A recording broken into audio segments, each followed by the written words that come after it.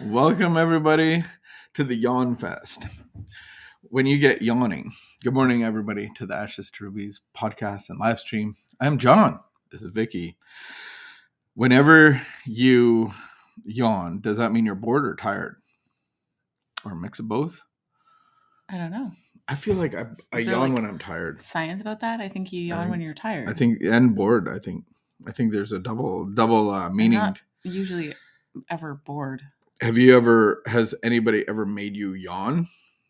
Oh, yeah, I'm 100% Is that like peer to pressure? yawning. Like when somebody yawns and you yawn, I can't do you feel like you're easy? Like if it's the evening, especially. So if I start yawning, you're like, even talking about it, like I feel like I need to yawn right now. I'm stifling a yawn. It's a horrible feeling. Yawn. We'll yawn later. Peer pressure reminds me of peer pressure.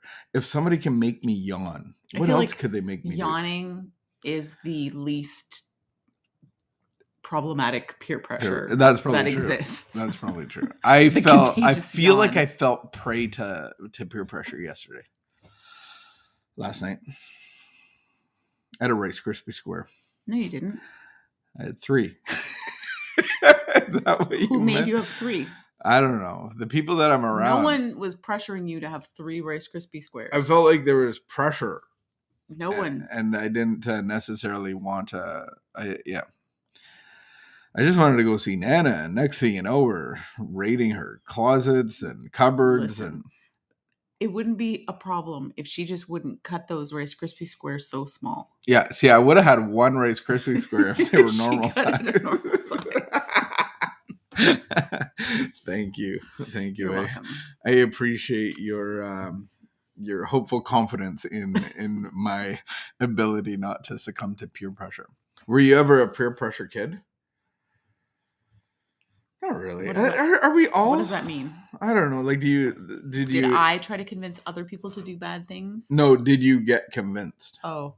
No, I guarantee you did never convince somebody. I believe that you have never convinced anybody to do anything bad. No, like ever. Yeah. No, there was times I can remember doing some little shenanigans when I was younger. And I don't know whose idea. I don't know if it would have been my idea or somebody else's idea. Oh, are you talking about the influence you had over your little brothers? No. I could see you doing that kind of thing. No, with friends. With friends.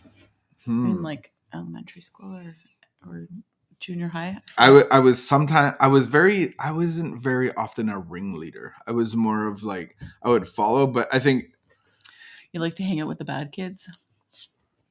I don't know. I wanted to be a bad kid. So yeah, I guess you wanted, I don't know. Good morning. Who's with us? Peggy, good morning. Hi, Peggy. Nice to see you. We can't see them. They can see us. I can see what you write, though. And if you put an emoji, I would be able to see you. Like a little emoji. Do you want me to read? Oh, could you read? It is March. What is it? The 4th? Mm-hmm. Man.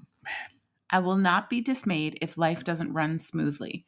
Even when I am confident the active phase of alcoholism is past and we are each developing our lives in the program.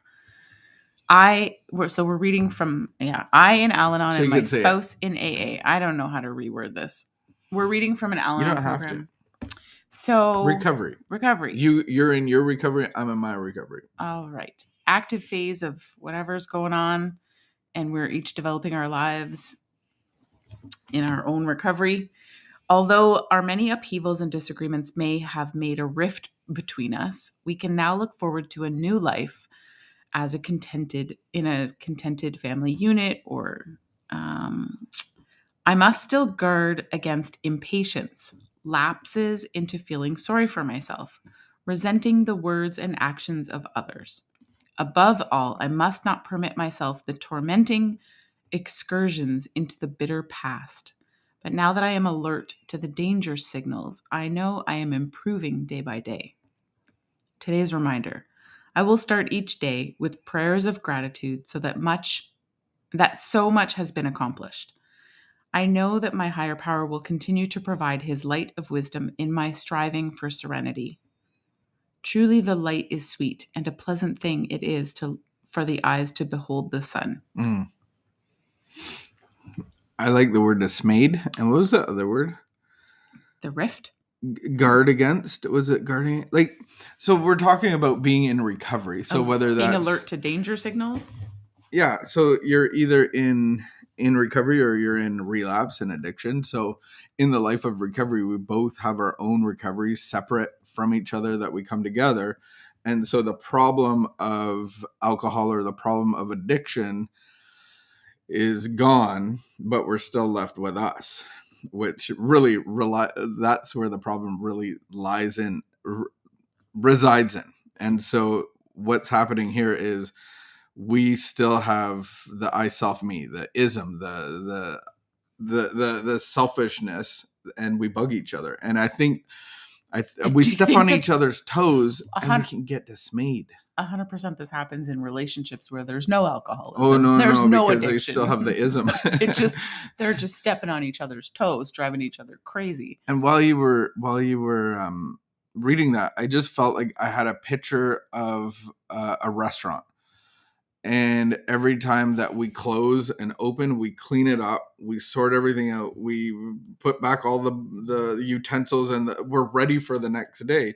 And that's what this spiritual life of recovery gives us, is that we sit right there for 40 minutes, half an hour every morning, and we go through prayer, meditation, we clean the restaurant floor, we put away the dishes, and we want to be the ambassadors in the spiritual realm to the world around us. We want to be the agents of God. We want to be the children of God, and so we want to be presented to the world around us in a kind, loving way. And so we clean everything up, we put everything away, and we actually talk about where would self-pity, insecurity, where would fear pop up in our day. And so I think we get ready and prepared for the day, but then it helps us too. And I think if we aren't right with God, how can we be right with the world around us? It's hard. I think there's another illusion there, that we can be right with everybody around us and not be right with each other. So I think I can go to other people to be right, but then if we're not okay, then how do I have unity with God? And so then I'm just using people and getting into relationships where I'm consuming them to make myself feel better. Oh, the ism. We're still stuck with that. What are some other words they used? Guarding against impatience, lapses into feeling sorry for myself, resenting the words and actions of others, and not permitting myself the tormenting excursions into the bitter past. Excursions. Tormenting excursions. Do we do that? Do we go backwards and just replay scenarios? Mm-hmm. Does self-pity come up? Does insecurities come up? Do all those things come up? And then what do I do about them? So once we're living the recovered life, we know what to do about them. Mm-hmm. What do we do about them? Start each day with a prayer of gratitude. Prayer of gratitude. And then I like what we do with prayer meditation. We do that together. So we get to talk about the stuff that causes these things inside of us. So we actually get to deal with them and bring them to God. And ask God for wisdom. Yeah. And I felt like this season of our second day of Lent God's really been speaking to me about this kind of stuff. Like, it's been powerful. And it's like, I'm like into my recovery, and like I've been doing this for 15 years, and I'm an adult, and I'm getting into my late 40s, coming up to 50, and I still have these things. But isn't that the beautiful thing about a relationship? We grow in it. And so another beautiful thing is God leaves that 2%. That's the 98's not going to save us. It's the 2% that's going to kill us. And so we get to really see this 2% that pushes us back to God. We watch and turn, watch and turn, watch and turn, watch and turn today, guys, on this Friday morning, coming into a weekend. It's springtime where we live, I guess you could say that. Don't look at the snow. Don't look at the snow. Spring is in our hearts. It is spring in our hearts. Yeah, that's, I guess, how do we deal with the ism? I self me. I self me, because after you put the bottle away and the pills away and you get a healthy relationships, you still got you. And so that's the part that we focus on, is growing into a relationship with God, which is going to solve my ism. All right. Wash your hands, keep the peace, be of good behavior, and we will see you sometime on the weekend, probably, or somewhere else, or next Monday.